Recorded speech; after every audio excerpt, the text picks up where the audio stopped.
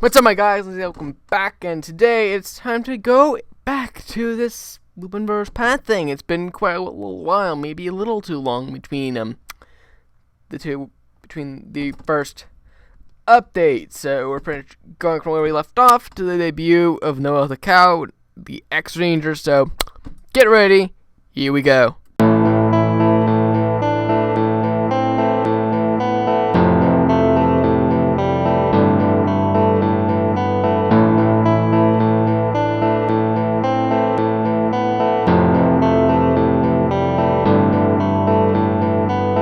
So today's part is episodes 9 to 21, which begins with a deer monster who has electric powers and can clone himself. You actually start seeing scissors and blade being used.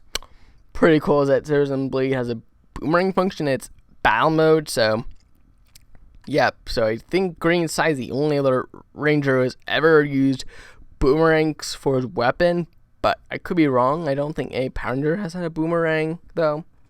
So, episode 11, the Patranger, since the Lupinrangers are so popular, they keep trying to figure out how to fix their place in all of this. So, they try and do a little movie to promote themselves, but of the monster they Pitchcock begins changing the genders of all of them Patrangers. So, you actually see the opposite. They actually the guys now wear skirts, and Tsukasa now doesn't, and Tsukasa's name is actually gender neutral, which is, that does kind of lead to a line, like, they would probably not adapt that episode because of the content, how it's seen, but they can obviously get around by completely new footage, or cutting the episode entirely, even though it is kind of a cool episode that the Patranger are trying to promote themselves, but it really depends on the story you're trying to tell.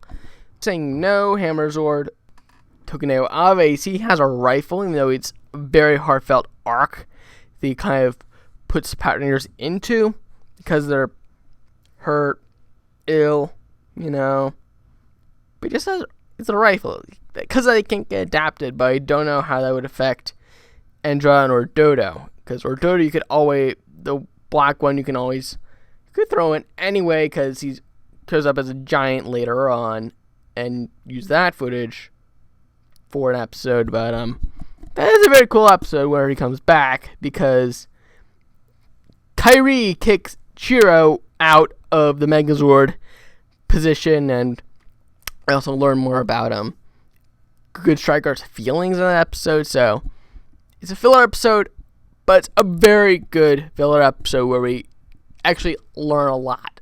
It's more like, it's kind of like a lecture. It's a filler episode, but it's also a lecture, so you definitely learn more about the characters.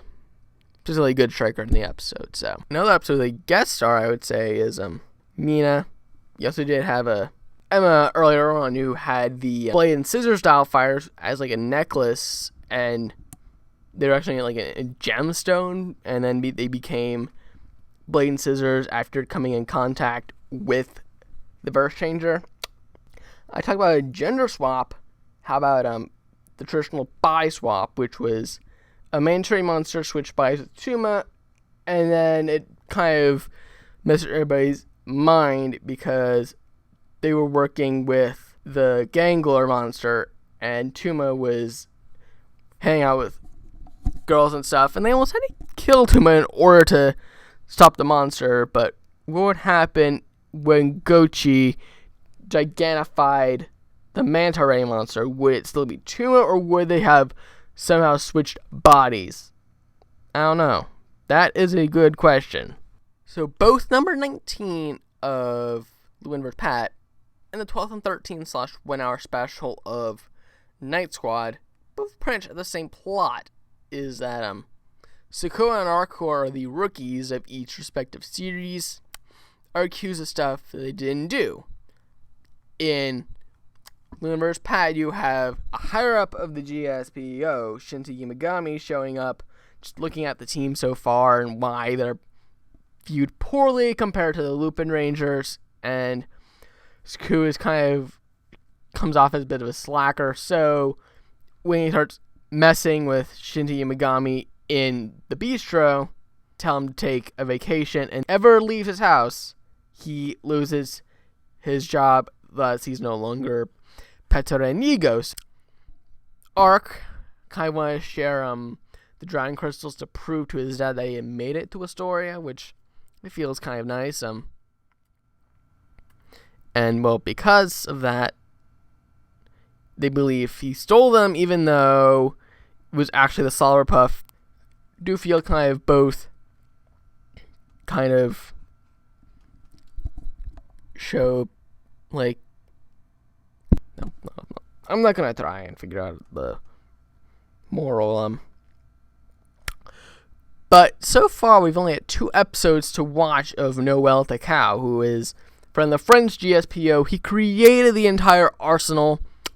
His intro monologue is like a little sentimental. He's leaving, but he's also kind of wants to see what's going on in Japan. He's probably heard a little bit in the news because obviously he's hearing so much about the Lupinrangers, as we know from Shinji Megami, the previous episode, and throughout this whole section of episode that is in this update.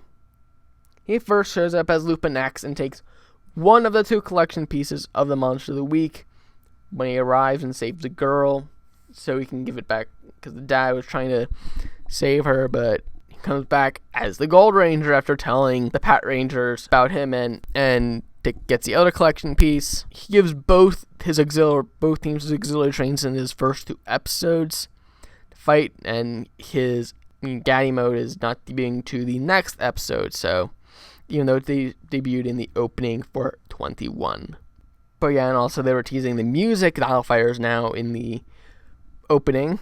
Also, we see in 21 is that Noel keeps the collection piece for himself, even though I think we've all inferred so far that all the collection pieces except for Patranger, which were inside Ganglers, were put in there. But that does not seem to be the case with the weight piece from 5 Man. Anyways, I'm probably going to do an update of the movie on the 26th. I was really planning on doing a round tale, but this has been Lindsay Yale. Comment, like, subscribe. Strike the bell if you're already subscribed. And I'll see you next time.